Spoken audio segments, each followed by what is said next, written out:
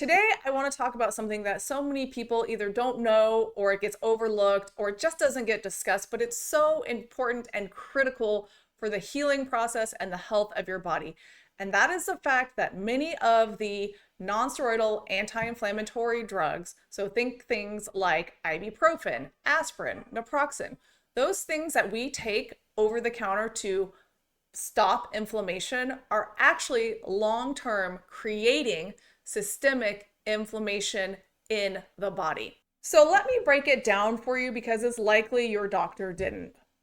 The first thing we want to look at is that most non-steroidal anti-inflammatory drugs work by blocking two enzymes, COX-1 and COX-2. COX-2 is the one that we want blocked in theory because it's what leads to the inflammation and the pain. However, the downside to blocking that is that this particular enzyme is first in the pathway of the healing cascade. So by blocking it, we are now impeding the healing process instead of speeding up the healing process. Then the other thing we want to look at are the COX-1 enzymes. So these are critical because they facilitate blood flow to the kidneys. They protect the stomach lining. They protect your gut lining, and they play a role in stopping bleeding. So when we block these COX-1 enzymes, we're creating problems in other systems in the body. And this is why it is really critical to remember that when you're taking an anti-inflammatory, it is a short-term anti-inflammatory, and it will not lead to long-term less inflammation in the body. One of the big things is that long-term use of NSAIDs can lead to leaky gut. When you block your COX-1 enzymes, your gut's mucosal barrier thins out, which can lead to your gut lining becoming raw and inflamed, and of course, in the end, leaving you unprotected. And because certain NSAIDs can damage the gut cells directly by breaking down the cell membrane and making the gut more permeable, many people end up dealing with issues like leaky gut. And when we have an issue like leaky gut, that means things like toxin, undigested food proteins, and bacterial fragments can slip into the bloodstream, and this can trigger a full-blown immune response. The other thing to think about when using NSAIDs consistently over a period of time is how they disrupt your gut microbiome. So these NSAIDs we know reduce the beneficial species in our gut. So that's the lactobacillus, that's the bifidobacteria, and they leave room for the inflammation-loving bad guys to grow and take over the population. And when we have that combination, we get dysbiosis, which is just a fancy way to say the gut microbiome is imbalanced. And when we have dysbiosis, we have inflammation. And also, along with that often comes nutrient malabsorption, because if our gut doesn't have the right tools and the right bacteria, and we're causing injury to our gut, then of course we're not going to absorb nutrients the way we should, because the bulk of our nutrient absorption happens in our gut. Here's the thing. You don't have to take my word for any of this. I just went ahead and pulled up the product monograph for just a very typical 200 milligram ibuprofen tablets. And let me read you, I'm just reading word for word, verbatim from the package, what would be considered the package insert, I suppose. And I will put the link to that below.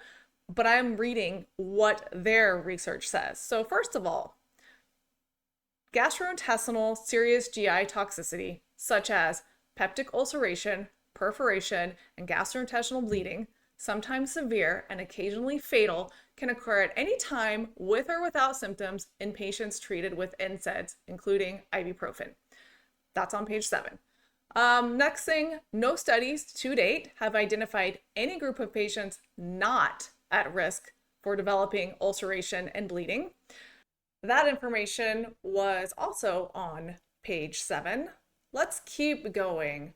Next one, studies to date show that all NSAIDs can cause GI tract adverse events. Although existing data does not clearly identify differences in risk between various NSAIDs, this may be shown in the future. That's on page 8. What else we got? Minor upper GI problems such as dyspepsia are common, usually developing early in therapy. Physicians should remain alert for ulceration and bleeding in patients treated with nonsteroidal anti-inflammatory drugs, even in the absence of previous GI symptoms. That's back on page 7. And then let's just do one more for fun.